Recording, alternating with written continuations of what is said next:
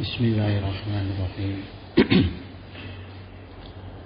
Assalamualaikum warahmatullahi wabarakatuh. Alhamdulillah allazi hadana li hada wa ma kunna linahtadiya laula an hadanallah. Allahumma shalli ala sayyidina Muhammad adada ma fi ilmillahi salatan daimatan bidawami mulqillah.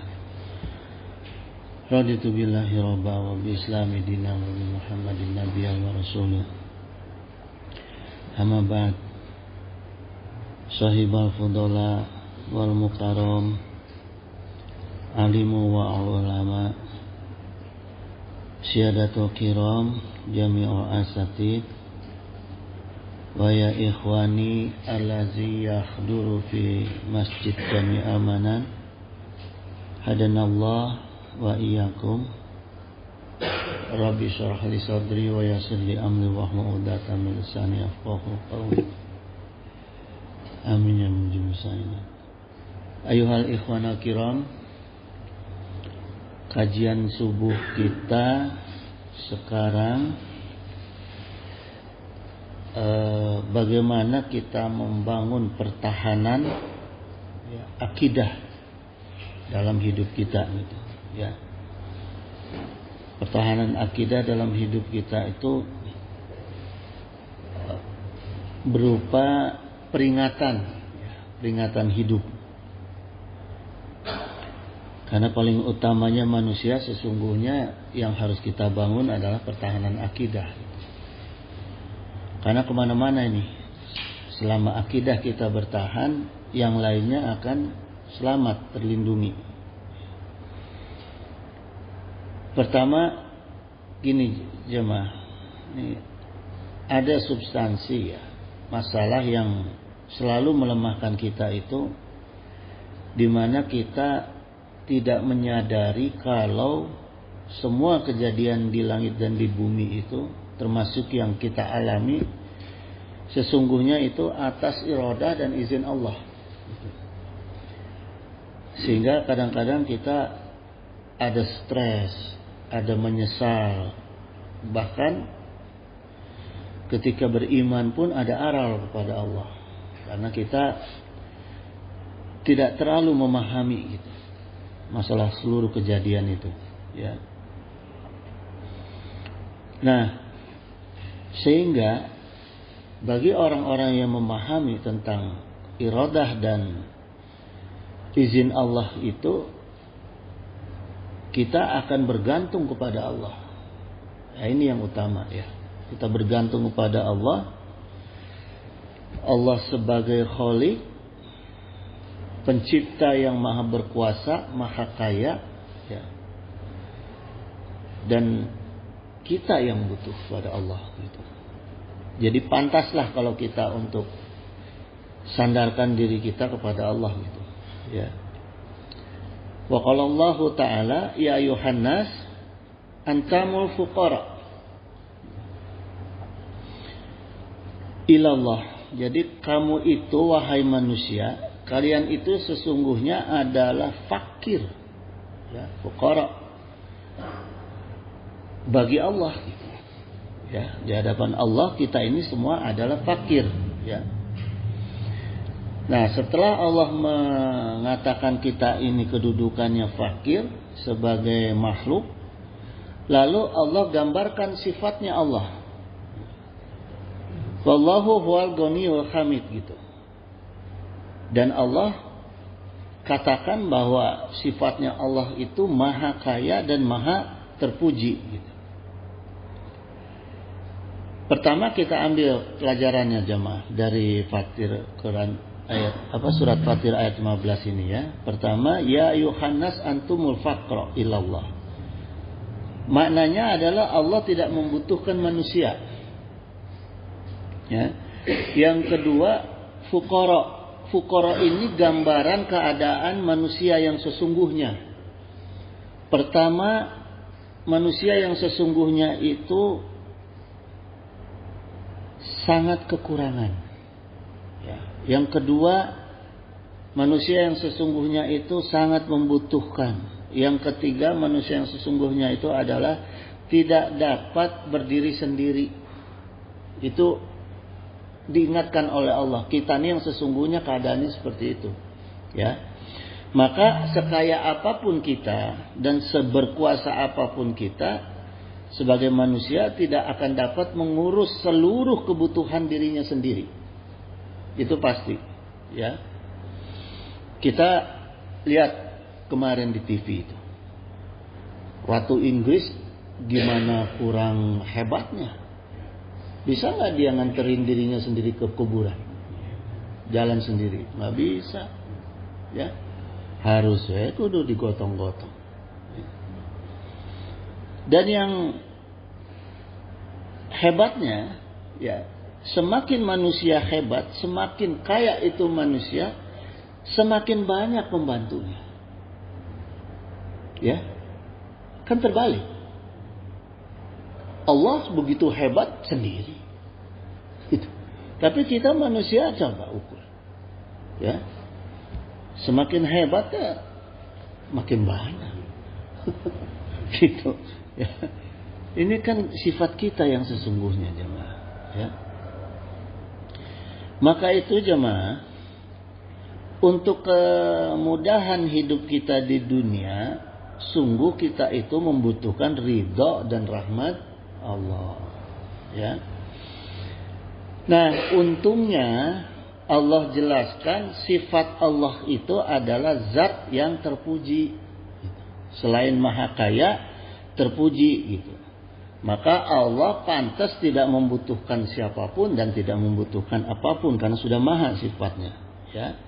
Dan karena sifatnya hamidnya tadi, terpujinya tadi, maka Allah itu menjadi gantungan hidup kita dan mati kita. Jadi kalau kita punya tujuan untuk menggantungkan diri ya kepada Allah, gitu. Ya, baik untuk kehidupan maupun kematian kita, gitu. Ya. Sekarang gini jemaah, ada analogi. Kita bergantung kepada makhluk nggak akan bisa lama tuh. Ya, makin lama makin bosan orang yang digantungi oleh kita. Ya, dan kita pun makin nggak enak. Tapi kepada Allah terbalik. Semakin lama menggantungkan diri kepada Allah, ya, semakin banyak yang kita gantungkan persoalan kita, kebutuhan kita kepada Allah, semakin baik, semakin dicintai oleh Allah. Nah, ini kebalikannya, ya, terbalik dengan manusia gitu. Nah, terus Allah jelaskan sifat hamid ini, yang maha terpuji ini bisa menjadi ukuran bagi kita. Sekarang analoginya gini jemaah. Gimana kalau misalnya kita punya keluarga dekat atau tetangga dekat, ya, yang berkelebihan. Baik di dalam kelebihan harta, kelebihan kedudukan, kelebihan ilmu, ya. Gitu. Terus karena sifatnya tidak terpuji, bermanfaat nggak untuk kita? Yang ada kesel kita. Malah ngedoain nggak baik, mubazir, gitu. Ya, gitu. Nah, ini bedanya dengan Allah, gitu. Maka Allah tegaskan sifat Allah itu hamid. Ya, artinya udahlah nggak usah ragu-ragu lah, nggak usah pakai ke Allah mah, udah deketin aja, gitu. Ya, cari gantungan kita kepada Allah. Gitu. Karena gini jemaah, ya.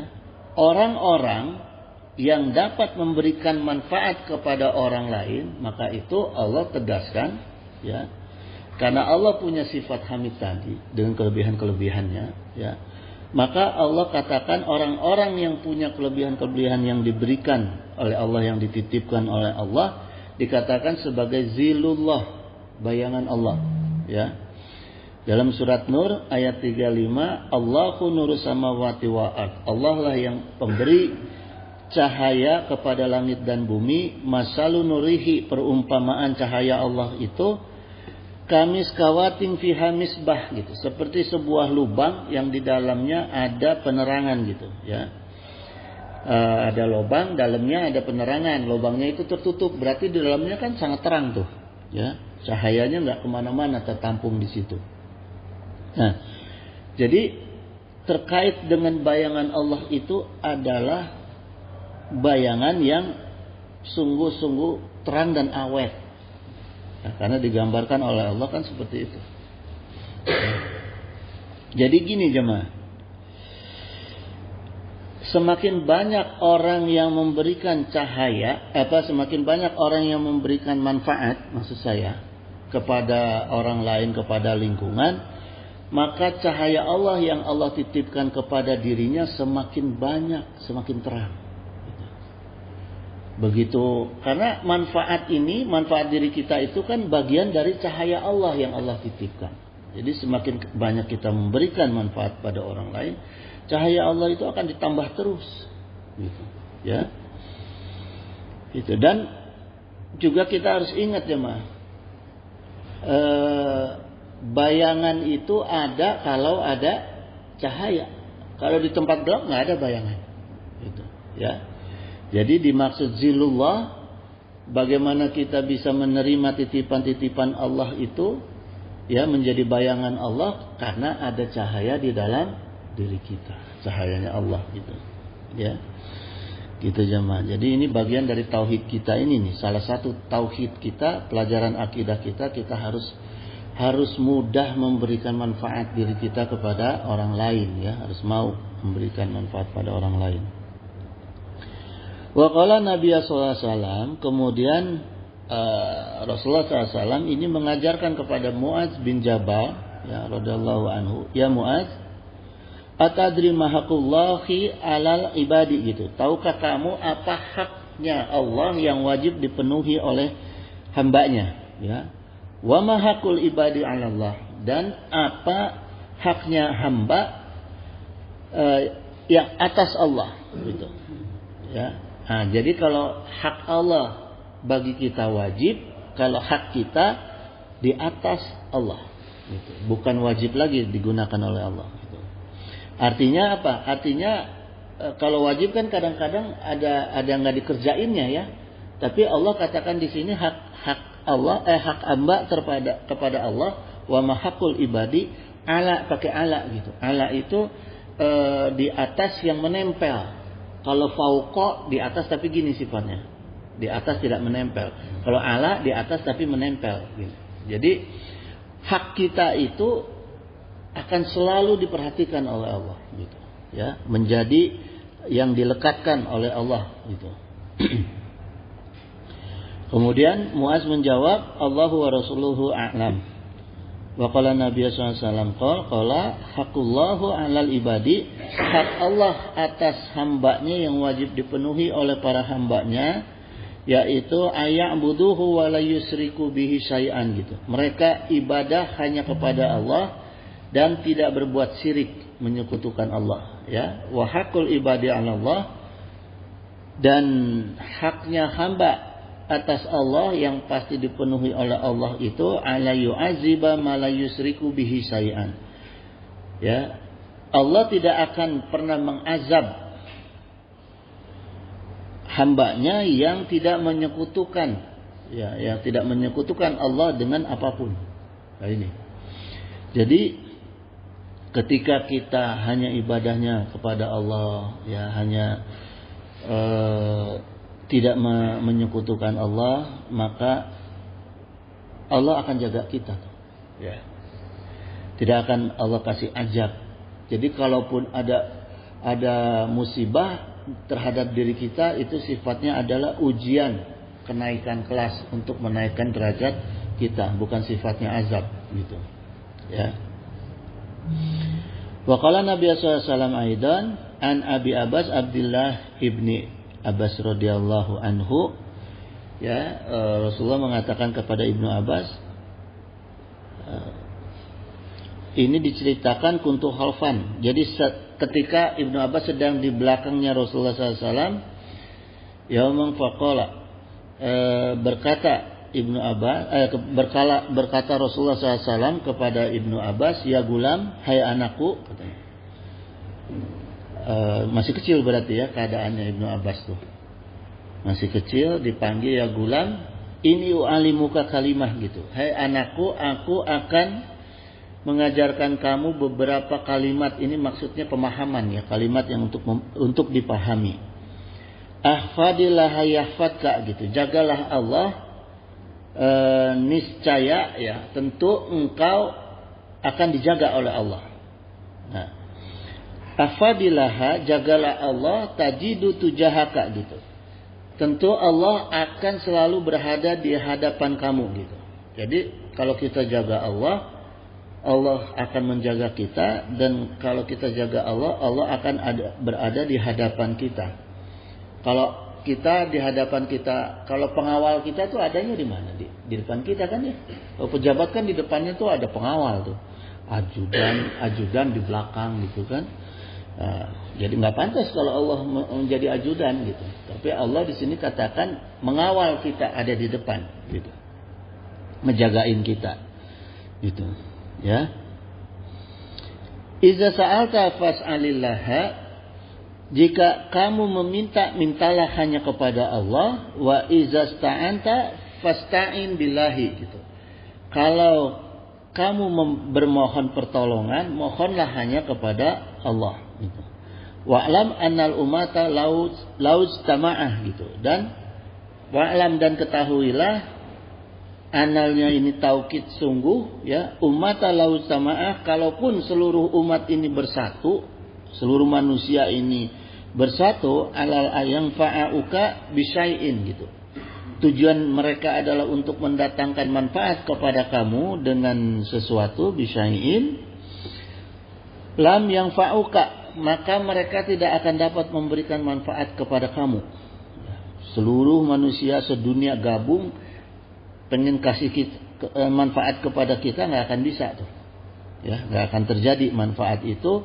Ila bisyai'in, kecuali dengan sesuatu qad yang sungguh katabahullahu laka ya, katabahullahu laka itu. Kecuali dengan sesuatu yang sungguh telah Allah tetapkan kepada kamu gitu. Ya. Jadi segala sesuatu atas izin dan kehendak ridha Allah gitu.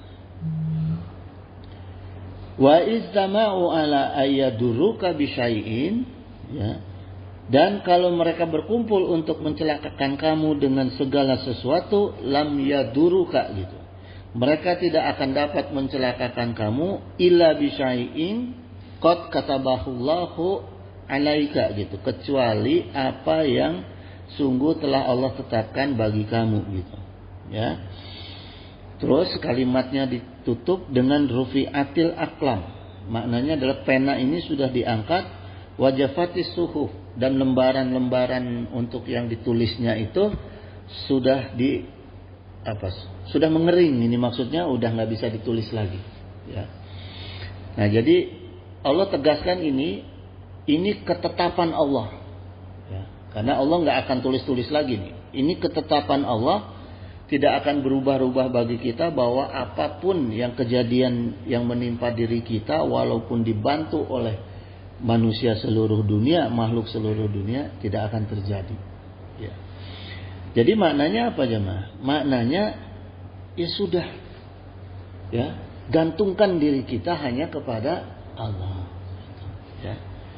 Jadi nggak ada kekuatan makhluk apapun yang bisa mempengaruhi hidup kita kecuali atas izin Allah, atas iradah Allah ya.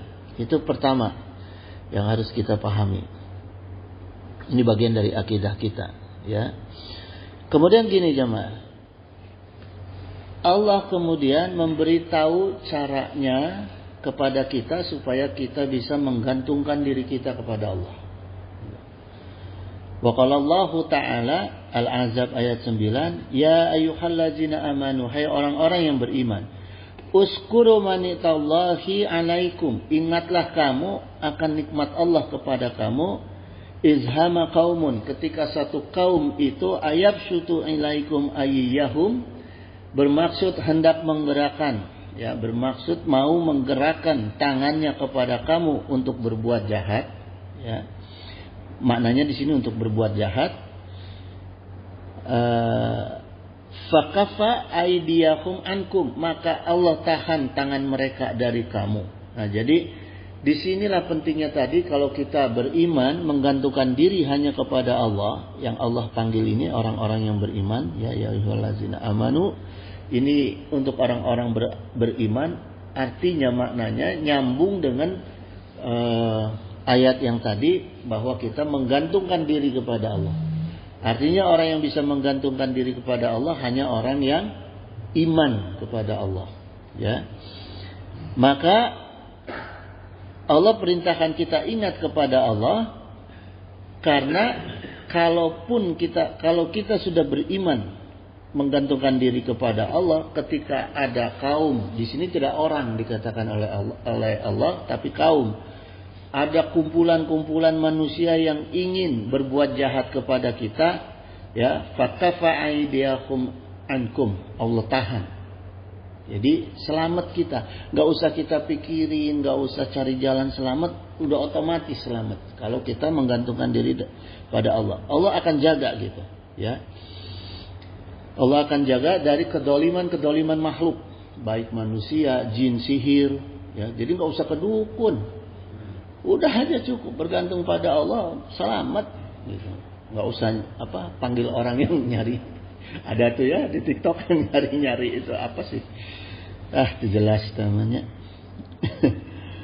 Yang kedua, wa qalallahu aidan ya ayyuhallazina amanu. Nah, yang kedua tetap dipanggil oleh Allah adalah orang-orang yang beriman. In tansurullah, ya. Tolonglah Allah. Nah, tolonglah Allah di sini, kata tolongnya ini perlu saya kupas ya supaya kita paham nih masalah kata tolonglah Allah ini. Pertama yang kita tolong itu adalah lafaznya Allah. Lafaznya Allah itu dalam makna nahwu shorof itu disebut isim a'lam. Isim a'lam itu isim kata benda yang menunjukkan ismul azam. Jadi artinya nama yang paling agung.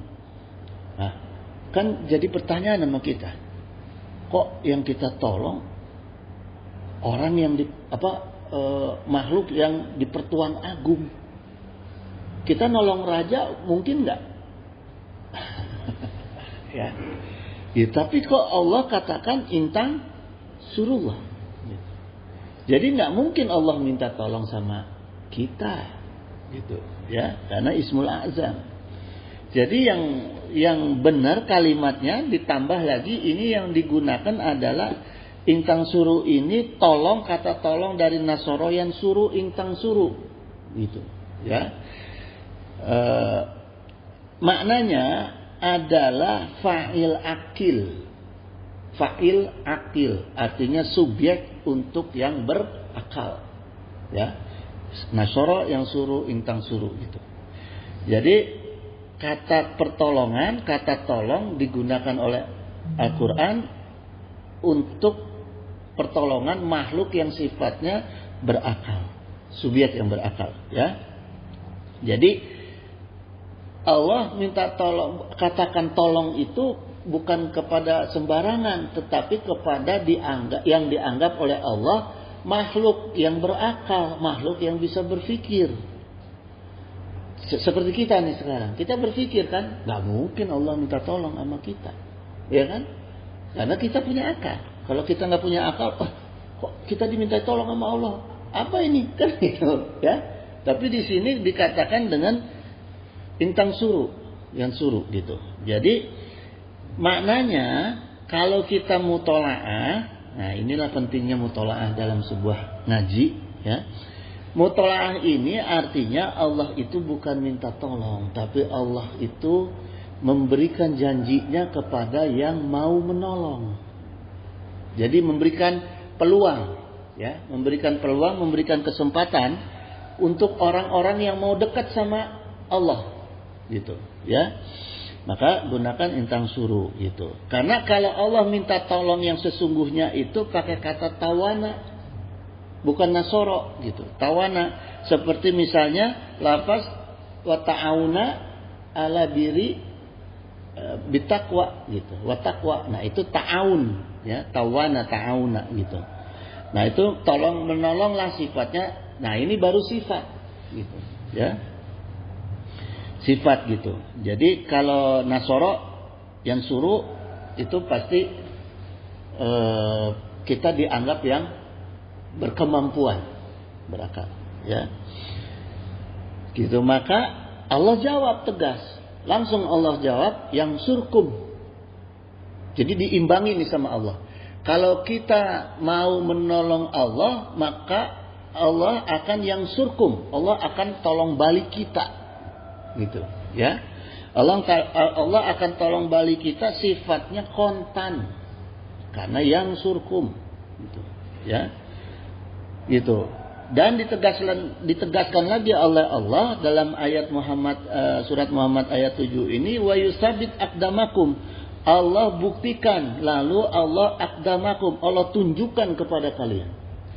Nah, jadi orang-orang yang menolong Allah, Allah akan balas langsung dengan balasan yang terbukti dan ditunjukkan.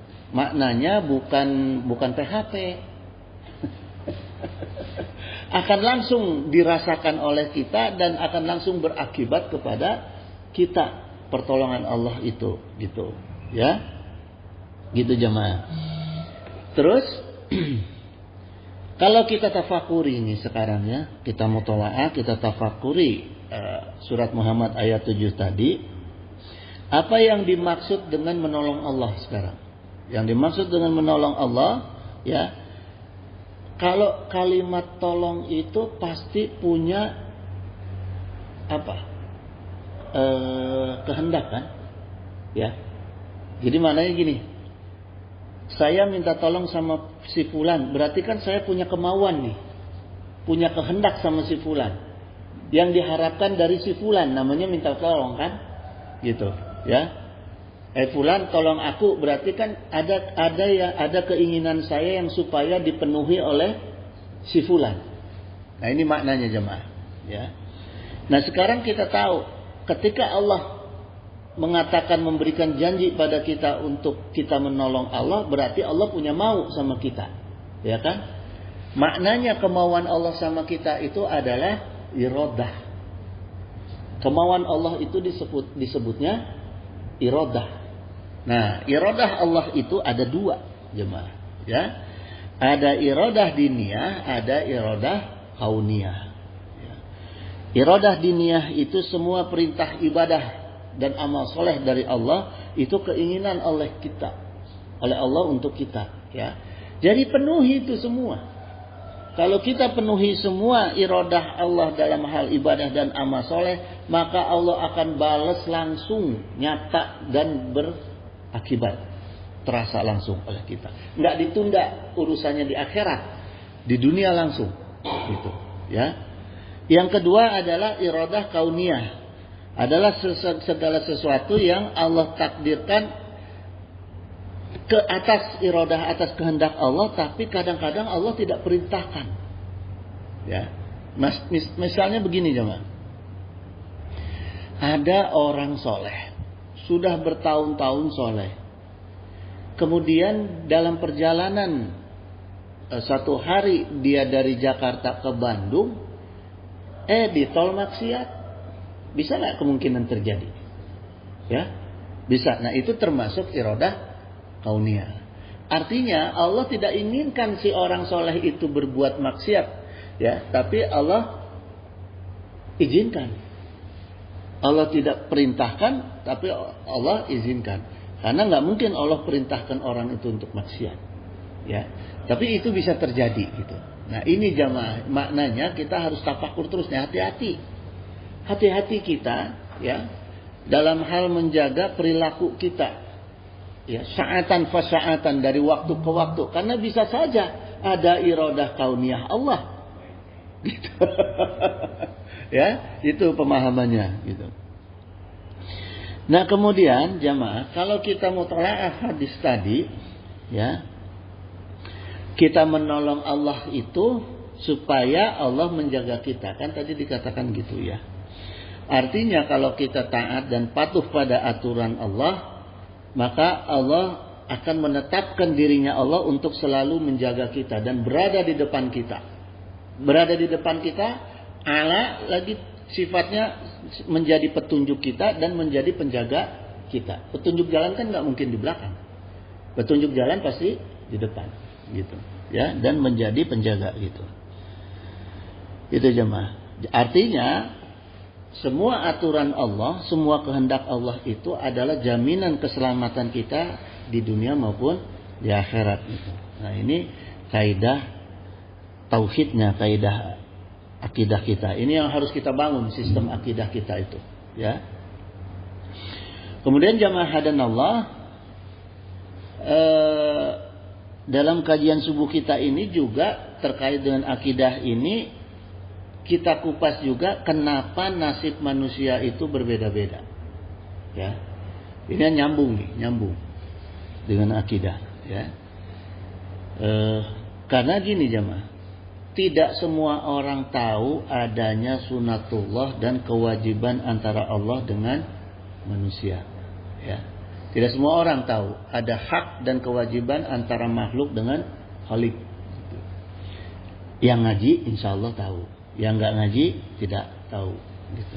Ya, itu yang pertama. Makanya nasib kita beda-beda. Karena ada yang ditolong Allah, ada yang dituntun Allah, ada yang tidak. Gitu. Ada yang nuntunnya Allah sedikit, ada yang banyak, ada yang tidak. Gitu. Karena yang surkum, intang surullah, balasannya kalimatnya yang surkum, artinya seimbang. Ya, antara yang menolong dan yang ditolong seimbang perbuatannya, ya. Kemudian gini jemaah, yang kedua, ada orang yang tahu tapi tidak mau memahami. Ada orang yang tahu tapi tidak mau memahami, artinya dia cuek. Dia tahu ada pertolongan Allah, ya. Dia tahu ada fungsi agama, ya. Karena gini jemaah, untuk menyeimbangkan antara intang surullah dengan yang surkum, ya, antara hak dan kewajiban Allah dengan kita, dengan makhluk, ya. Allah turunkan agama. Allah turunkan agama, ya. Maknanya supaya kita cari tahu tuh, ya, di mana tuntunannya hak dan kewajiban itu adanya di agama, ya. Allah turunkan agama. Tidak cukup agama, untuk sosialisasi agama Allah tugaskan para nabi dan rasulnya, gitu, supaya kita bisa belajar, supaya kita bisa diajarkan. Ada proses belajar mengajar di dalam agama, ya. Kemudian pelengkapnya Allah turunkan kitab suci sebagai bahan, ya. Kalau guru ngomong aja nggak dibawakan buku pulang, muridnya bisa lupa tuh. Ya. Makanya dalam proses belajar mengajar ada gurunya, ada bukunya. Gitu. Inilah tuntunan Allah, sunatullah, ya. Gitu. Jadi ada agamanya, ada sekolahnya, ada alatnya yaitu guru dan kitab, ya. Nah ini. Kemudian jemaah, tidak cukup itu. Allah berikan kepada kita bekal tambahan yaitu ilham dan akal, ya. Karena kalau guru ngajar sama murid yang pelongo capek. Gitu, ya. Makanya Allah lengkapi kita dengan akal dan ilham, gitu. Ya. Itu jemaah. Jadi aneh kalau sampai ada orang yang tidak paham makna kalimat intang surullah dan yang surkum. Karena sudah lengkap Allah kasih. Agamanya ada, nabi rasulnya ada, turunannya ke sini ada ulama, ada kitabnya. Bahkan kita dikasih kelebihan ilham dan akal, gitu. Ya. Kok nggak nyambung, gitu. Itu kan ditanyakan.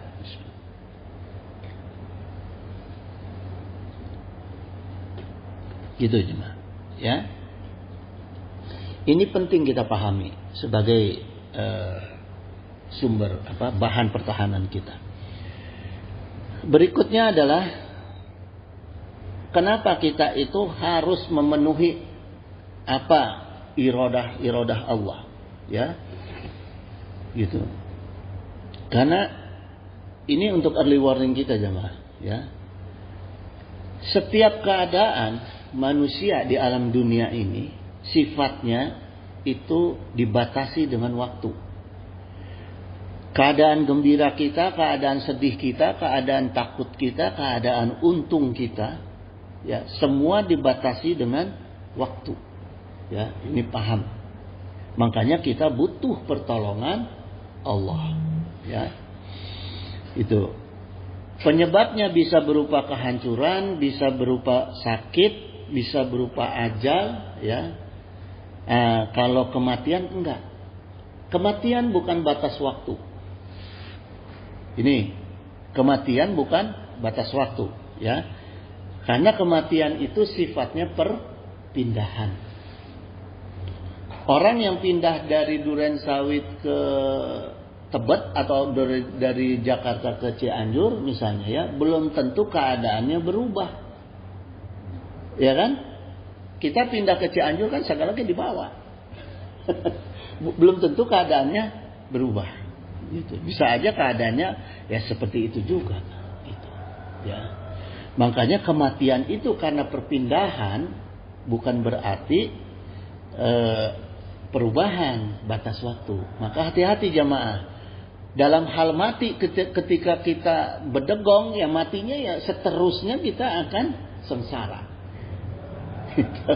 Ya, karena kita nggak pindah nih.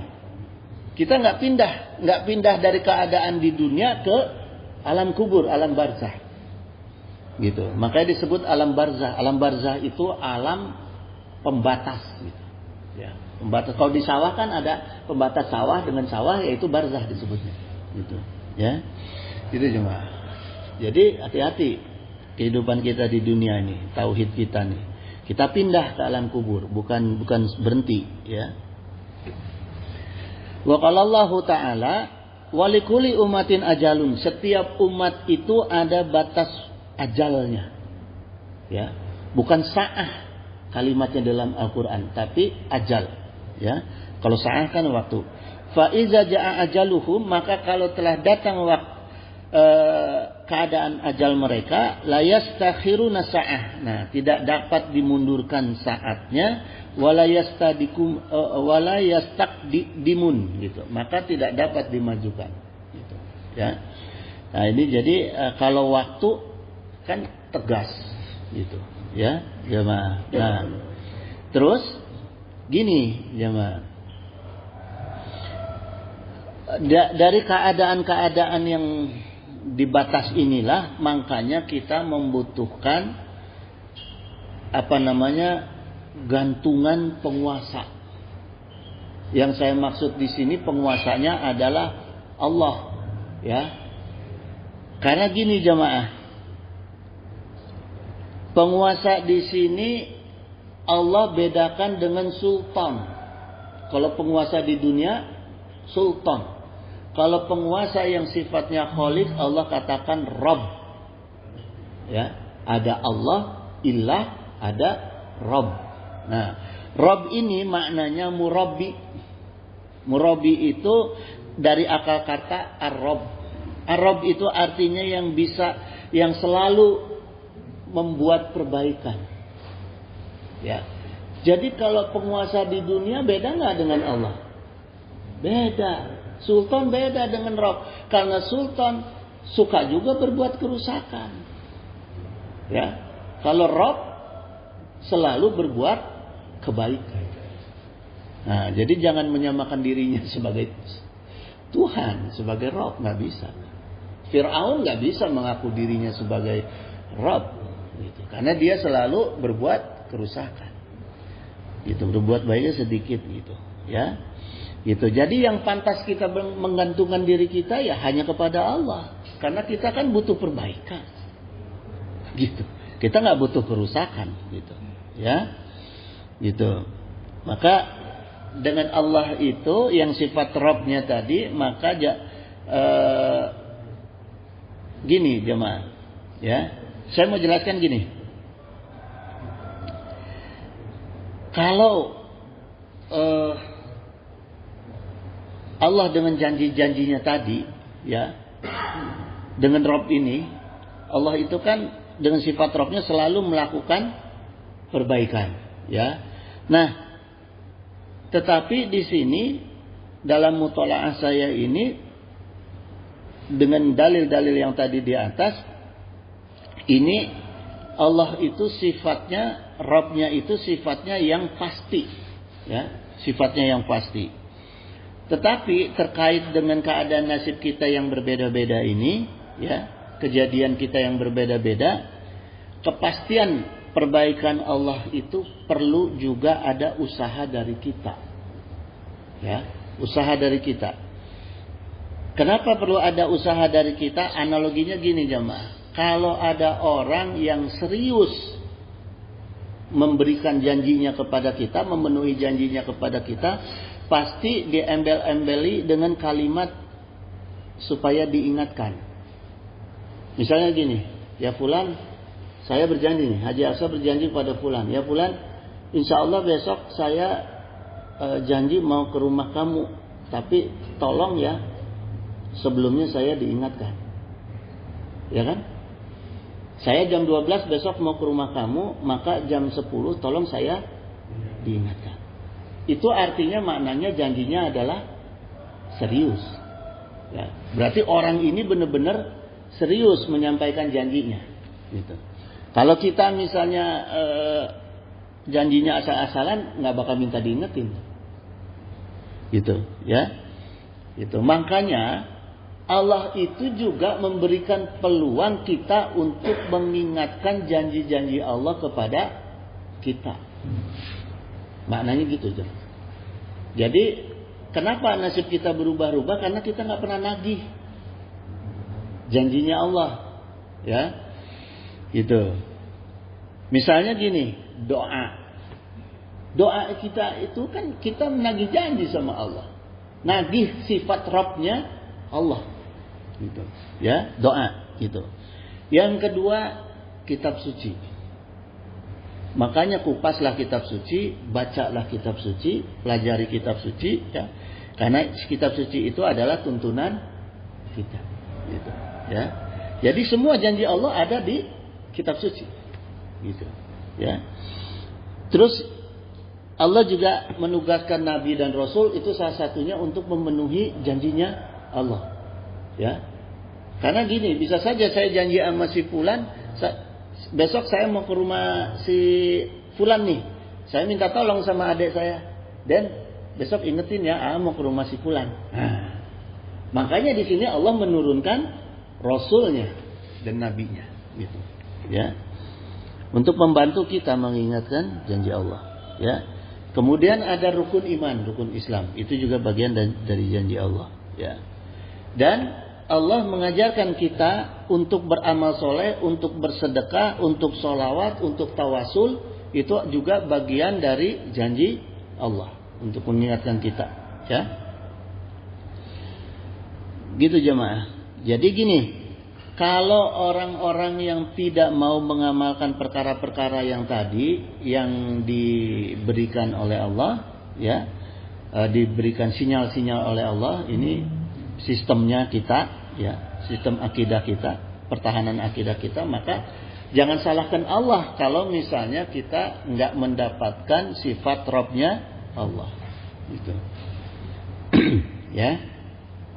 Nah, kemudian jemaah, ada hal penting lain, ya. Dalam perjalanan sejarah, ya. Dalam perjalanan sejarah ini, jemaah, ini penting juga, salah satunya penting juga kita pelajari ini, kaitan untuk akidah kita, ya, bahwa ada orang-orang atau kaum yang diberikan azab oleh Allah. Nah, jadi kita jangan bicara untungnya aja nih, ya. Sekarang ada orang-orang yang diberikan azab. Dalam Al-Quran kan ada catatan sejarah, ya. Pertama gini, jemaah, ada orang-orang yang tidak peduli dengan jaminan dan janji Allah, maka pasti terkena azab, ya. Terus mereka yang oleh manusia-manusia pilihan Allah itu didoakan supaya diperlihatkan kekuasaan Allah atas kezaliman mereka, pasti kena azab. Maknanya gini. Maknanya para nabi dan rasul itu kan manusia-manusia pilihan Allah nih, ya. Ketika para nabi dan rasul itu berdoa kepada Allah, ya, supaya Allah memperlihatkan kekuasaannya Allah atas kezaliman mereka, pasti kaumnya itu kena azab. Nah, ini jadi ada orang yang secara pribadi dia nggak peduli. Contohnya misalnya apa? Orang kafir, orang munafik, ya, dia nggak peduli tuh atas janji-janji Allah, ya, karena dia nggak percaya, dia nggak meyakini gitu dengan janji-janji Allah, maka pasti akan terkena azab tuh, ya. Kedua, orang-orang yang dia berhadapan langsung dengan orang manusia-manusia pilihan Allah, nah, tapi terus-terusan dolimnya, udah dikasih tahu, udah diajarin agama, udah ngajar agama, ya. Maka sekarang itu tidak tepat kalau kita mengaku tidak mengenal agama, karena agama itu udah begitu luas, ya. Metode udah berbagai macam untuk mengenalkan agama gitu, ya. Tapi kalau masih zalim aja pasti kena azab Allah. Terus ada orang-orang yang oleh manusia pilihan Allah itu enggak diperdulikan. Itu juga insya Allah kena azab Allah. Jadi gini jemaah, saya ingin menyampaikan gini. Kalau kita ketemu orang yang pasti solehnya, pasti ibadahnya, yang kita ukur dia emang manusia ini cocok menjadi manusia pilihan Allah, pertama mintalah doa. Yang kedua, jangan sampai dia kelepasan mendoakan kita yang jelek. Itu yang harus kita jaga, ya. Karena manusia-manusia pilihan Allah ini sudah dicontohkan sejarahnya. Kanjeng Nabi Nuh berdoa pada Allah, saking zolimnya, ya, akhirnya Kanjeng Nabi Nuh doa pada Allah, akhirnya ditenggelamkan, kena musibah, ya, gitu jemaah. Ini yang bahaya, gitu. Terus ada Nabi Soleh yang dibiarkan.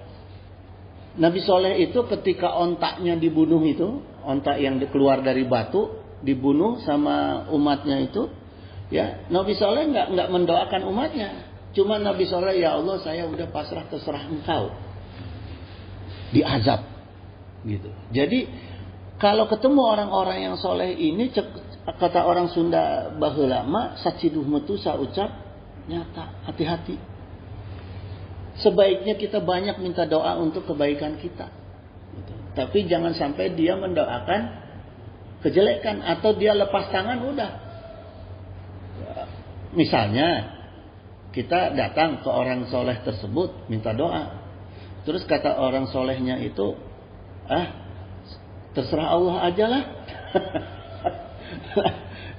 Hati-hati tuh jemaah, ya, gitu. Jadi sebaiknya ya kita bagian dari perubahan takdir kita. Bukan kodok, ya, bukan ketetapan, tapi qadar, ukuran dari kehidupan kita, keadaan kehidupan kita, gitu. Ya. Maka gini jamaah, orang-orang pilihan itu kalau dulu adalah nabi dan rasul, kalau sekarang itu para waliullah, para ulama yang kafah, ulama yang istiqomah, ya. Orang soleh yang arif. Nah, ini ada ukuran orang soleh yang arif. Al-arifu man balago min tauhidihi ilallah, ya. Orang arif itu orang yang berilmu, yang mencapai tauhidnya hanya karena Allah. Jadi mencapai tauhidnya, jalan tauhidnya karena Allah. Wasaqtuhu billahi, dan percaya kepada Allah Subhanahu wa taala, wa tawakkaluhu ala Allah, dan tawakalnya hanya kepada Allah, ya. Wa tafa widoha ilallah, dan kepasrahannya hanya kepada Allah. Darajatan tafna fiha iradatahu fima yuriduhu ilallah, ya. Dia telah mencapai derajat. Nah, ini yang penting nih. Karena kalau tawakal, kalau keimanan kan kita nggak bisa ukur ya. Tapi ada hal yang bisa kita ukur. Ini orang soleh yang arif apa bukan? Yang bisa kita mintakan doa atau bukan? Pertama, darajatan tafna fiha, ya, iradatahu fima yuriduhu lillah gitu. Jadi artinya gini jemaah.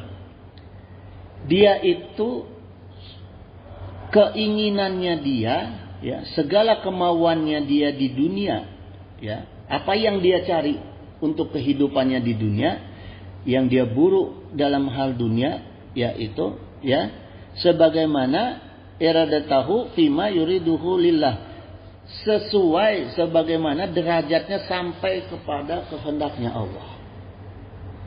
Jadi orang itu hidupnya itu bukan berarti dia enggak beramal, enggak mencari dunia, tetap sama seperti kita. Nabi dan Rasul juga mencari dunia.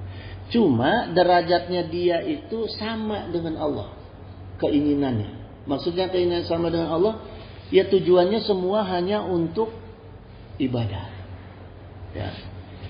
Jadi tidak ada yang sifatnya memperkaya diri yang berlebihan. Boleh nggak orang kaya? Boleh. Berlebihan hartanya boleh. Ada contohnya. Ya, Nabi Sulaiman kurang di mana? Kemudian para sahabat Rasul, ya, kurang di mana? Itu boleh. Tapi dalam kehidupannya dia itu tidak lain hanya untuk ibadah. Mencari pertolongan Allah, mencari keridhaan Allah. Jalannya dengan jalan pertolongan Allah, pengeluarannya juga, implementasinya juga dengan jalan mencari pertolongan Allah. Nah, itulah orang-orang arif. Kalau ketemu orang yang begitu, boleh kita minta doa. Gitu. Ya. Tapi kalau nyari jabatan, nyari ulah. Gelarnya ulama setinggi apapun, hayang jadi wapres mah ulah. Ya, gitu. Ya. Ini mah contoh juga. Ya. Itu jemaah sekalian, nanti kita lanjutin minggu depan ya, insyaallah. Karena ini udah kurang 10 untuk pertanyaan atau untuk doa ya. Gitu. Terus gini jemaah, jadi kemarin tuh saya mengkoreksi pertanyaan kemarin mengenai roja dan khauf, ya. Jadi roja itu kan, kalau khauf sifatnya takut, kalau roja itu harapan. Jadi sifat roja dan harapan itu menurut ulama dia adalah dua sayap. Dua sayap yang harus dilekatkan di dalam diri kita supaya kita bisa terbang. Bisa seimbang dan bisa terbang. Burung kalau nggak punya dua sayap nggak bisa terbang dan nggak bisa seimbang, ya. Jadi artinya selain kita takut kepada Allah, kita juga harus punya berharap terus kepada Allah, gitu. Itu ya jemaah sekalian. Ada yang mau ditanya nggak? Ya, mangga. Tentang doa para nabi yang bangsa itu kan kalau di Quran itu utuh ya. Iya. Seperti doa Nabi Adam, doa Nabi Nuh atau doa Nabi Ibrahim itu ayatnya itu utuh gitu ada di Quran. Di sisi lain ada doa yang bisa sering kita lihat, itu saya lihat juga satu contoh ayat 15 gitu ya. Itu kan beberapa ayat yang ada di Quran. Iya. Nah itu rujukannya ada nggak sih Ustaz? Maksudnya yang menyusun itu sampai saat ini saya lihat siapa yang tiba-tiba ada doa ayat 15, ayat 7 atau ada yang lain lah gitu, yang memang disusun bukan oleh Nabi tapi diambil dari beberapa ayat yang ada di Quran. Yang saya tahu itu ada rujukannya nggak sih Ustaz? Gini, doa itu oleh ulama juga bisa digabungkan. Artinya dilihat dari, yang penting gini ya, dia bisa memaknai makna kalimat doa gitu. Termasuk juga bukan hanya doa, termasuk juga Asmaul Husna. Ya, termasuk juga Asmaul Husna ada yang bisa disatukan, ada yang nggak bisa gitu. Ya. Kalau doa yang tegas Nabi dan Rasul itu misalnya doanya Kanjeng Nabi Nuh ya. Qala Rabbi unsurni bima kazabun gitu. Ini kan doanya langsung Kanjeng Nabi Nuh, tolonglah aku karena mereka telah mendustakan aku gitu. Ya. Langsung tegas gitu. Nah, ini doa seperti ini tidak bisa digabungkan dengan Robbana atina fid dunya hasanah, sama-sama ada di Al-Qur'an. Yang penting secara bahasa nyambung. Secara bahasa ya, karena ulama yang berani menggabungkan menyusun kalimat-kalimat doa itu kalau dia jelas bisa dalam struktur bahasanya, dalam asbabunnya. Dalam asbabunnya ya. Misalnya ini yang pernah saya sampaikan tuh minggu lalu, misalnya la haula wala quwata illa billah, terus sebelumnya doanya kanjeng Nabi Ibrahim tuh waktu mau dicemplungkan ke api itu, aduh saya lupa ya. Itu perintah Allahnya kepada api. Ada doa Nabi Ibrahimnya yang diajarkan kepada Rasulullah saat Rasulullah di Isra Mi'raj tuh. Kita sering baca, kok saya jadi lupa ya. Sering baca, sering kita gabungkan dengan la haula wala quwata illa billah gitu. Ya, saya lupa tuh ya. Artinya gini ya, jamaah ya. Makna-makna penggabungan-penggabungan doa di dalam Al-Qur'an, kalau kalimatnya tidak bertentangan, ya. Kemudian kalau kalimatnya melengkapi, yang ketiga kalau asbabunnya itu serupa. Asbabunnya serupa, ya. Gitu kan, doa-doa di dalam Al-Qur'an itu ada asbabunnya, gitu. Asbabun nuzulnya, ya. Nah, itu kalau serupa boleh. Ya gitu. Jadi ulama juga tidak sembarangan menyusun kalimat doa. Seperti juga di dalam doa ada disambungkan dengan Asmaul Husna, itu juga boleh kalau misalnya tidak bertentangan gitu. Ya gitu. Kalau dalilnya nanti saya cariin dalilnya, yang jelas ada itu.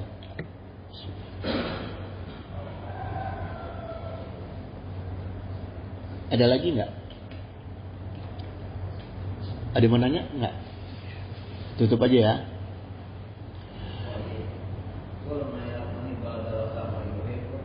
Hah?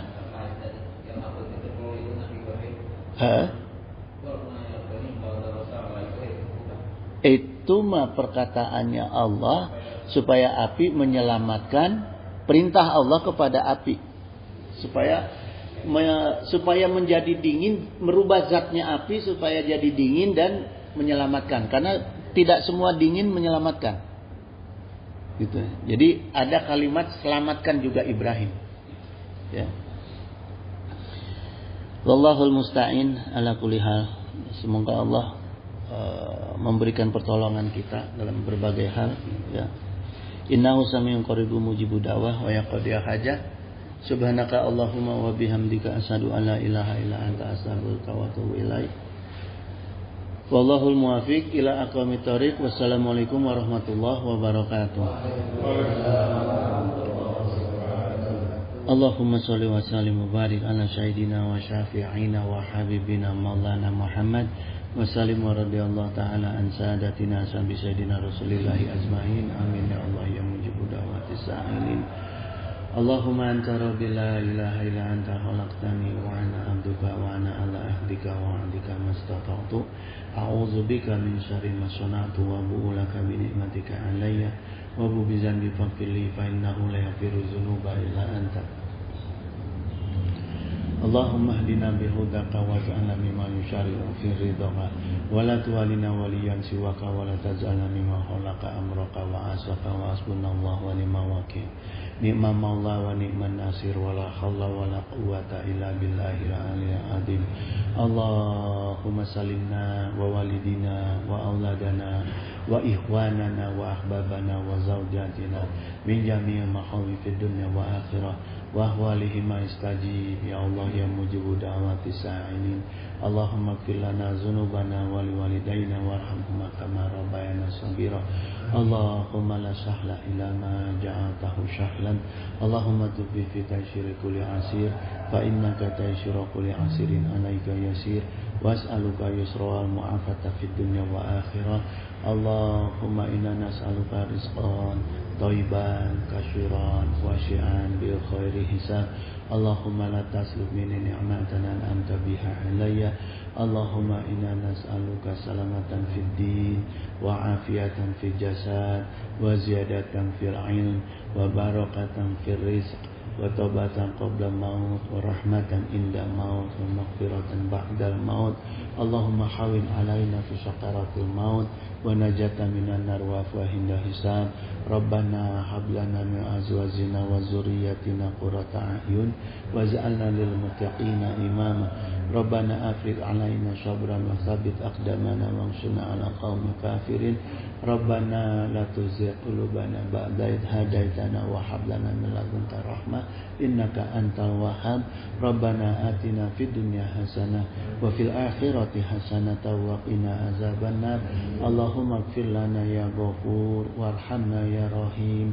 Allahumma kshif 'anna wasrif 'anna wadfa' 'anna al-bala wal waba wa ghala wa ta'un wa fitana wa mihana wa khumuma wa ghumum wa quruba wa azana wa shada'ida wa syara'a da'ida wa syarad dalimina ma la yaksifuhu ghairuk. Wa sallallahu ala sayyidina Muhammadin wa ala alihi wa sahbihi wa salam. Subhana rabbika rabbil izzati amma yasifun wa salamun ala mursalin walhamdulillahi rabbil alamin.